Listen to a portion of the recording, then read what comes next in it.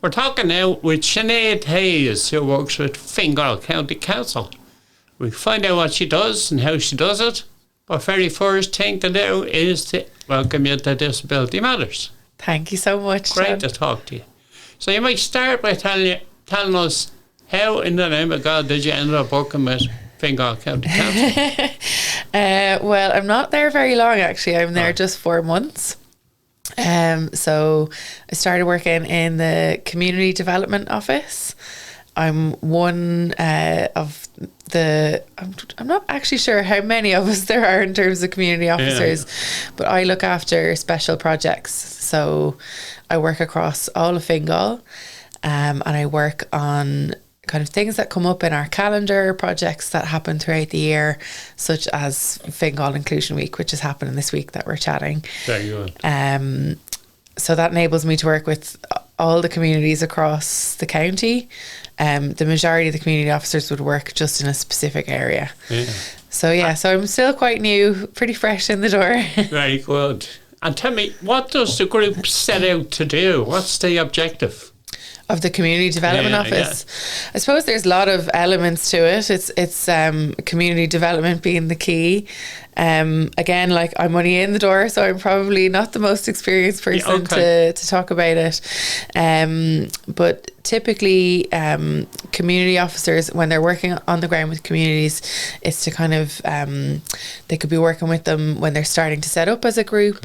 If they got particular goals, like say, if there's people that you're working with, BCIL or BCIL themselves want to get out in the community and promote a little bit about kind of diversity and disability rights and so on, or even if it's just like I was involved with the place standards tool where I got to meet some of the service users of BCIL. That's something that the community office was leading on, to try and find out from people in the community what are some of the areas that you feel are kind of needing a bit of attention in your locality, but also what's working really well. What are some, like, what's the feeling of the place? How do we show community and so on? I don't think I'm answering this very well, John. No, you're very clear on it. But there's a lot that goes into the community office outside of just working with communities on the ground, like the facilities management and the work with the community centres happens through the Community Development Office as well. There's also age friendly. The PPN are based there, the integration team. So there's a huge amount that's within the Community Development Office. So it's kind of like saying, how long is a piece of string? Or there's a lot. There's a lot of variety. There's a lot of nuance, but ultimately it's about kind of. And I suppose the goal of the council as well is making Fingal a great place to live, to work, and to spend your time in. Very good. So startups, what kind of stuff do you bring to them? So generally, like, we love to hear from groups that have kind of seen something in their community or want to form to work on something to enhance their community, or if it's to look at something specific. Typically, community officers will work with that group just to even get the foundational stuff started with them. So that's kind of when you're setting up, it might be who do we have? Do we need a committee? Do we need to have terms and references and so on to make sure that we all kind of work together, we're all singing off the same hymn sheet?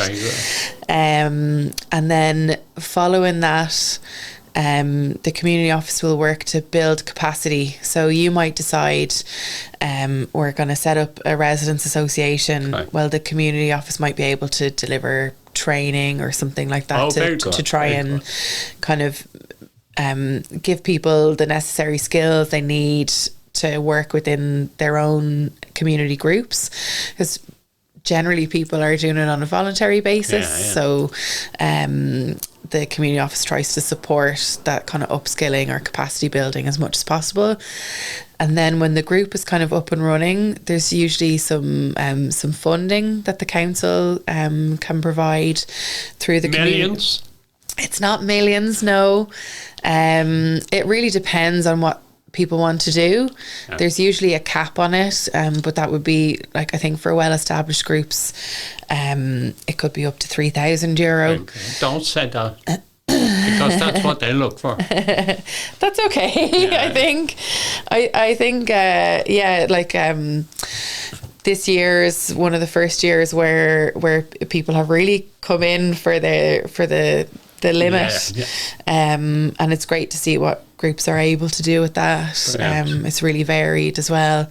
But I think further than that, one of the key objectives would be to try and get people involved in like the decision making process, to try and work with the PPN, which is the Public Participation Network, and interact with them and kind of have your say in what happens in terms of public policy and public participation.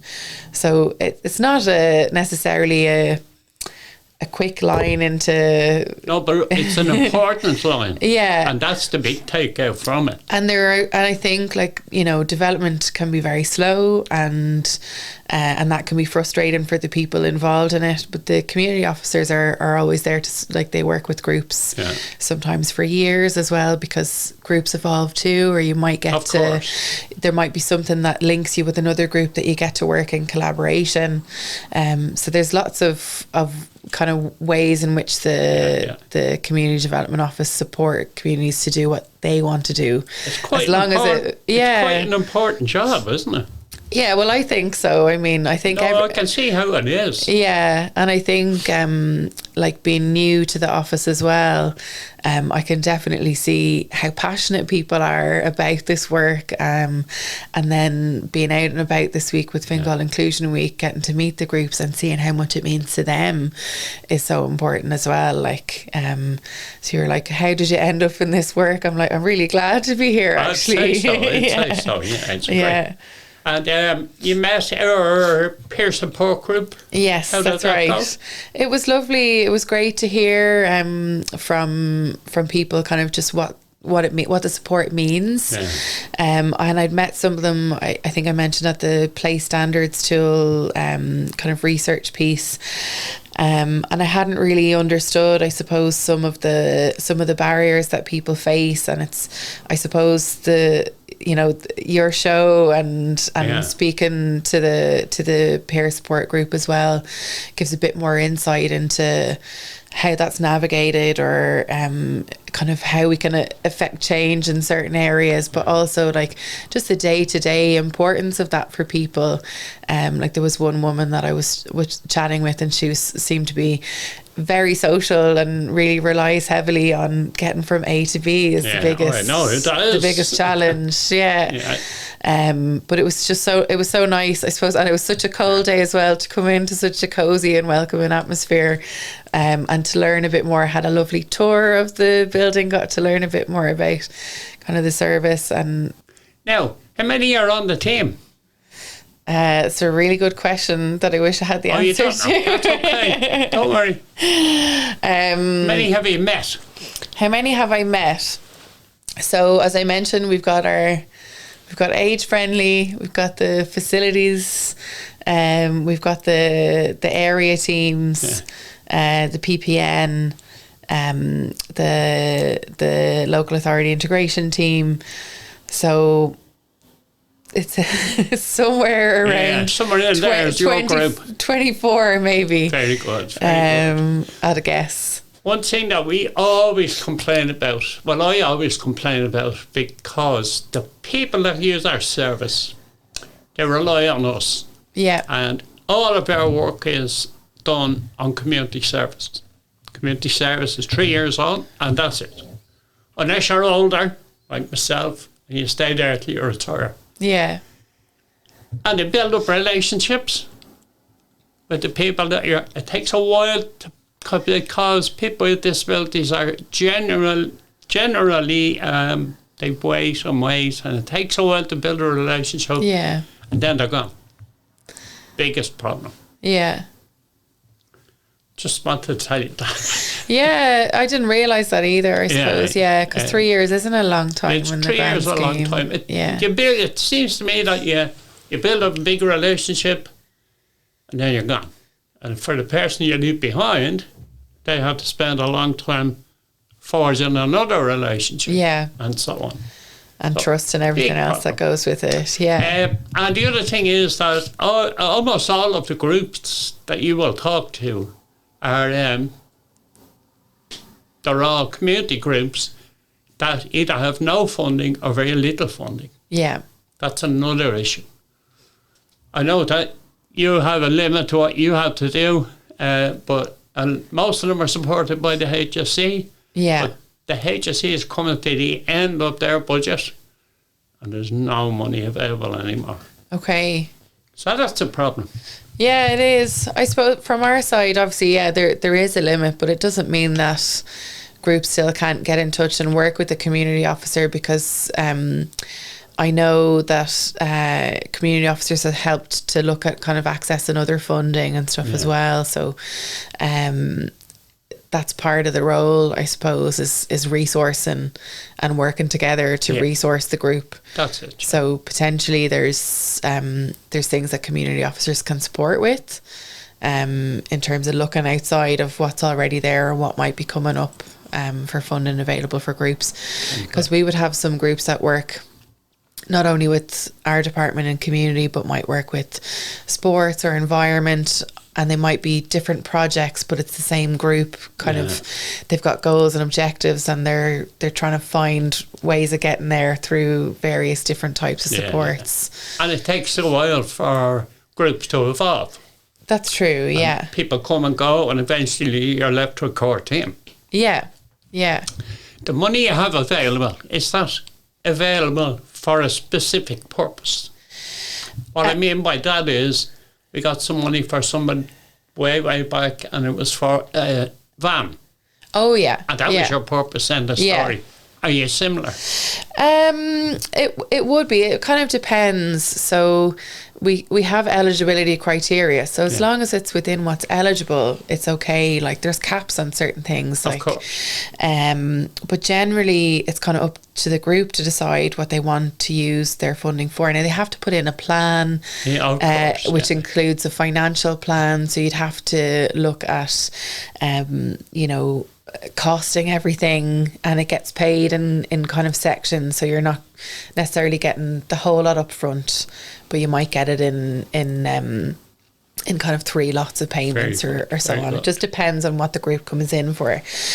So typically it's open enough to what the needs of the groups would be, within reason. Obviously, again, that's why the eligibility criteria is there.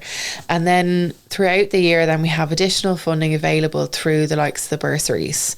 So they come up through all through the year. So we just had one for a bursary for Fingal Inclusion Week, and groups were able to apply for 300 up to €300. So it's not a huge amount of money, but it might help. It definitely helps. There's over 80 events happening this week. Wow. With groups. Some groups are putting on two activities that might get someone in. Like yesterday I was out with a men's group who were doing chair yoga, paid for for the facilitator to come in and do that with them. There's another group that I went to, or a colleague of mine went to yesterday morning, and that was a wellbeing session for parents and carers. So there's loads of It's extremely wonderful important. things that are happening. And that groups are organising, or community centres are organising, and they see that need in their community, and they're filling it, and the bursary helps that along.